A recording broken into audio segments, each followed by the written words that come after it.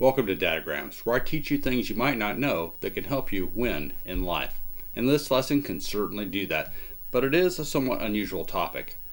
Let me ask you a question. When was the last time you ever actually used a warranty? Not just bought one, but actually filed a claim, got it approved, and came out ahead. If you're like most people, the answer is never. In fact, I truly don't remember the last time I actually used one. So that's what we're talking about today. The warranty game. It's not about protection. It's not about peace of mind. It's a business model. One designed to make the companies win almost every time. And folks, if they win, someone loses. Who do you think that is? That's you, and that's me. So if you understand how the game is played, you can decide when to play it and when you can just walk away. That's how you win in life. So a big thing to learn here is that, as it turns out, the time periods set by companies for their warranties to expire are not picked at random. The company sets it up using math and a whole bunch of statistical data they've gathered. Engineers know exactly how long their products last on average. Then they know the odds of when the breakdowns will start to climb. And guess where that warranty cuts off? Right before the trouble would start. That's not bad luck. That's planned precision. Now I know what you're thinking. You're thinking, oh, but wait. How about the extended warranty? If I get the extended warranty, I'm good, right? Well, that'll give you some protection, but as it turns out, it's priced like insurance. And the odds are stacked against you because extended warranties are calculated to cover the average risk plus a big profit margin. It works because almost no one ever actually makes a claim. Some forget they have coverage, others don't want to fight through the hassle, or maybe they've already sold the car or whatever it is that we've got a warranty on, and the new owner doesn't even know they have a warranty. That unused warranty was paid for. That money went to them. That money was profit. So don't go thinking that warranties are some kind of gift. They're carefully calculated, designed to expire right before the big problems are calculated to show up. Now, they may save the day on occasion where some kind of weird anomaly actually does happen, but it's going to be pretty rare. The game is for them to profit, and that's it. And how big is this game? Try $147 billion a year big. That's the size of the global extended warranty market in 2025. Analysts expect it to more than double to over $340 billion by 2034. This isn't just a side hustle for dealerships. This is a core revenue stream for manufacturers, retailers, and service networks.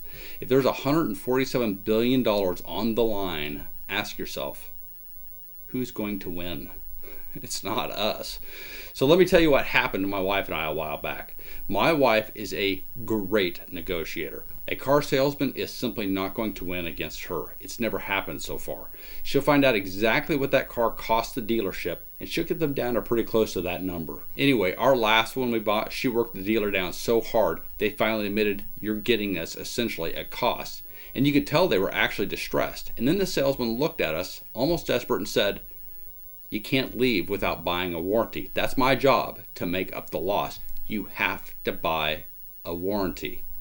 And then he shut the door on us, and you could tell he was dead serious about it. It didn't feel like a plea anymore. It felt much more like a threat. Like if we didn't actually buy a warranty, they'd actually pull back the deal and not let us have the car. It was very weird.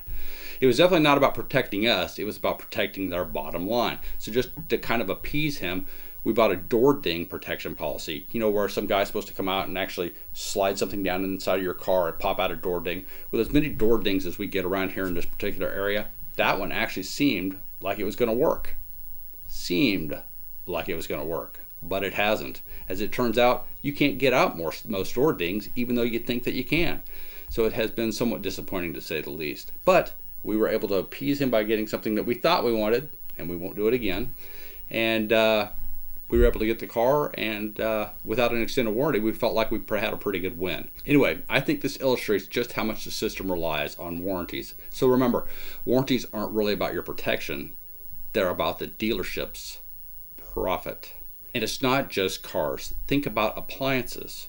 Think about every time you go to Home Depot or Lowe's and you buy a piece of power equipment, how it asks you with a prompt, would you like to buy the extended warranty? It's just a few bucks. There are warranties on your bicycles, for your headphones you bought last year. And if you can keep track of it and remember any of it, it may actually prove useful. But you don't, do you? Most everything seems to come with a warranty for just a few extra bucks, but here's the catch. You probably never registered them when you did get them. You probably lost the paperwork. And you usually forget how long the coverage even lasts in the first place. And realistically, if something breaks, you probably just go out and pay for it out of pocket to get a new one, as opposed to going through the hassle of a claim. That's exactly what companies count on. They know human nature. We're busy, we forget. We don't want to sit on hold for 2 hours with a service customer rep just to argue over a $50 part. And so the warranty expires quietly. It just disappears. Small warranties work because most of us just kind of forget they exist. And that's exactly what the companies are counting on. So I do have a funny story about how a warranty expired just at the right time for you, now that I think about it. You're going to get a kick out of this one. So my dad's a Ram guy. He's owned Rams for years now. Loyalty to the brand in the extreme. Right now he drives a 2022 Ram Laramie, and it really is a beautiful machine. But here's what happened. On a trip back through Kansas, they had just been in Colorado. It was in the middle of the summer heat, 95 degrees out, and it had an electronic glitch. Not just the radio going out, not just the dashboard going dark. Everything electronic went dead. The only thing that ran was the engine, so they could keep driving forward. Absolutely the worst of all, the air conditioner kicked off and turned to maximum heat. So there they were, my mom and dad, in their 70s, 95 degrees outside, more than 100 degrees inside, driving 500 miles with the heater blasting, sweat pouring out, stuck in a rolling oven. The only relief was that tiny sliding glass window in the back behind them, and my mom had to crawl over the seat in order to be able to undo that. Talk about hell. They finally limped it home, exhausted, and when they took it to the dealership, wouldn't you know it, the truck had a basic 3-year, 36,000 mile warranty on it. Let's see, they bought it in February 2022, 36 months later, that's February 2025, and this happened in July 2025. Dang, just out of warranty. Wouldn't you know it? Perfect timing. For Ram, that is, not my parents. Now, some of you might be saying, whoa, that's pretty good evidence that they should have just bought the extended warranty, right? Wrong. As it turns out, the 5-year extended warranty with 100,000 miles, that is drivetrain only, and it doesn't cover the electronics, so it wouldn't have worked anyway. It would have just cost them more money. See how this works? So at the end of it all, remember, warranties don't fail by accident. They expire right on schedule, and the problems often start just after. So why do warranties keep winning? Because they're built on 3 things. Probability. Most people won't have a problem in the coverage window. Forgetfulness. Many who would file a claim forget they even have one. And 3, hassle. Even if you remember, fighting through the process feels worse than just paying out of pocket a lot of the times. Stack those together and the companies win the majority of the time. So remember, probability, forgetfulness, and hassle. That's the winning formula for the warranty business. For the companies, not for us. So what can we do about all of this? Here's the big lesson. A warranty is a business strategy, not a safety net.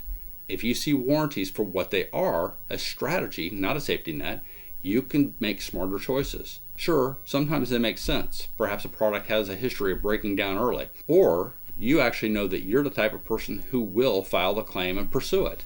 But most of the time, it's a bet designed for you to lose. So the whole point, once you recognize the playbook, probability, forgetfulness, and hassle, you don't have to fund someone else's profit margin. So here's my challenge. The next time you're standing at the checkout or someone asks, would you like the extended warranty? Stop, take a breath, and think about what game you're being asked to play.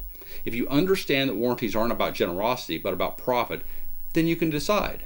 And that decision can save you hundreds or even thousands of dollars over an entire lifetime. That's what winning in life looks like. Not luck, but awareness. Not hope, but strategy. Don't get hustled into paying for peace of mind that isn't really peace at all. See the game, play it if you choose, and when you play with that awareness, you can win. Alright, ladies and gentlemen, that's all I've got for this Dadogram. If you're new to Dadograms, please go back and check one of my other ones. Any of them. Just take your pick. Dadograms are timeless. They're just as useful to you now as the day I recorded them. There are so many different ways you can win in life, and all you have to do is pay attention and learn. Thank you.